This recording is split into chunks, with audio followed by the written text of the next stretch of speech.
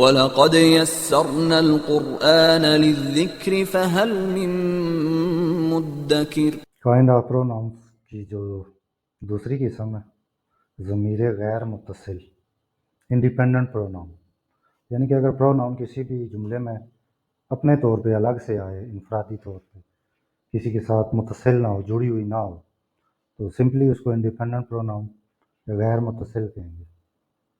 تو اس کی ایگزامپلز آپ دیکھیں، ہی، اب جیسے پروناؤن واحد مذکر ہی، مونث شی، مخاطب واحد یو، نحن، متکلم جمع۔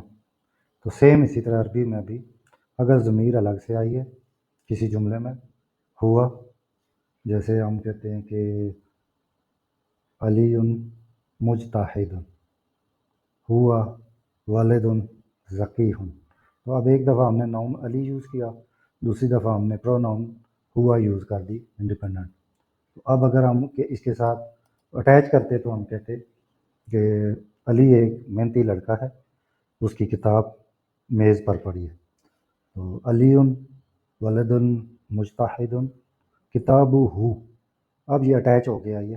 تو اٹیچ پروناؤن کے بارے میں ہم اس سے پہلے پڑھ چکے ہیں۔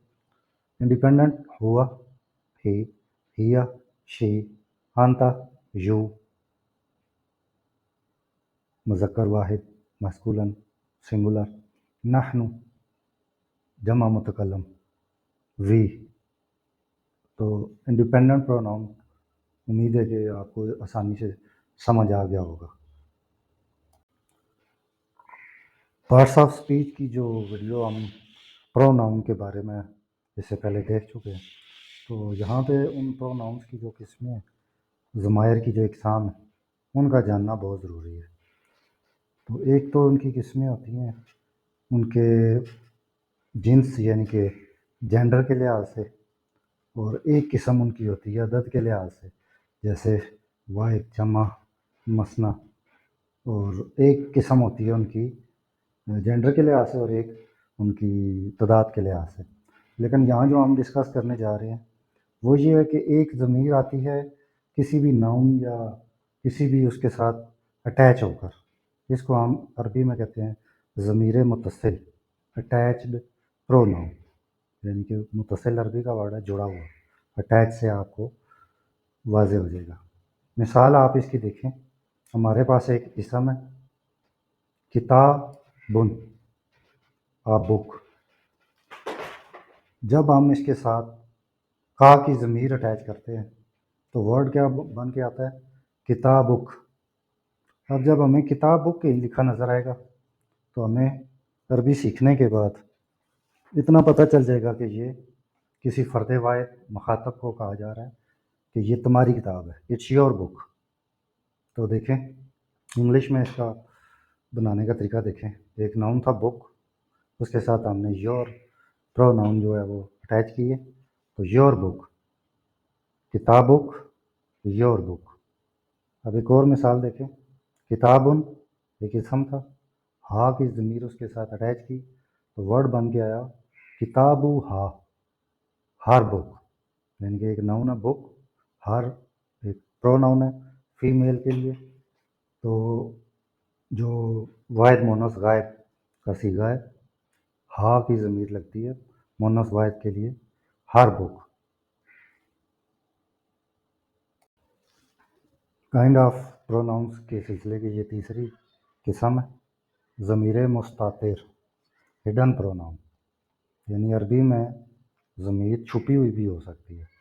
آپ نے ورڈ ستار سنا ہوگا، چھپانے والا، اسی طریقے سے مستتر، انشاءاللہ عربی ایڈوانس لیول تک سیکھیں گے تو ایک ورڈ اگر آپ کو پتہ چلے گا ساتر، اس سے پھر آپ اسم فاعل ستار اور ساتر اور مستتر اور مستور، یہ سارا کچھ آپ سیکھ جائیں گے۔ تو ہڈن پروناؤن کیسے ہوتی ہے اس کے لیے ایک مثال دیکھیں، یہ ایک ورب ہے کاتابہ، ہی رائٹس۔ اب ہمیں کیسے پتہ چلا کہ یہ ہی رائٹس اس کا مطلب ہے؟ تو یہ جو اس کی کیس اینڈنگ ہوتی ہے، جیسے یہاں پہ ضمیر اس کی جو ہوا وہ اس فعل کا فاعل ہے، یعنی کہ فاعل ایز اے ضمیر ہوا مستتر ہے اس کے اندر. کاتبہ ہی رائٹس. اب اگر یہاں پہ ہم ایک الف کا اضافہ کر دیں تو پھر یہ ڈول کا بن جائے گا، اور وہ الف مثنیٰ جو ہوگا وہ ہمیں بتائے گا کہ دے رائٹ. اسی طریقے سے واو لگا دیں تو پلورل بن جائے گا دے رائٹ. اور اگر کاتبت لگا دیں گے یہاں پہ تاؤ تانیسی تو ضمیر تو مستتر رہے گی لیکن ہمیں اس کے فاعل کا پتہ چل جائے گا. تو ہیا اور ہوا اس میں ضمیر یہاں پہ مستتر ہے. کاتبہ ہی رائٹس، داراسا ہی ریڈس. ٹھیک ہے، اس میں بھی ضمیر مستتر ہے. تو تیسری کائن جو ہے پروناؤن کی وہ ہڈن پروناؤن ہے. تو جیسے جیسے ہم سیکھتے جائیں گے جملوں کے مطابق ہمیں پتہ چل جائے گا کہ ضمیر مستتر ہے یا متصل ہے یا انڈیپینڈنٹ ہے.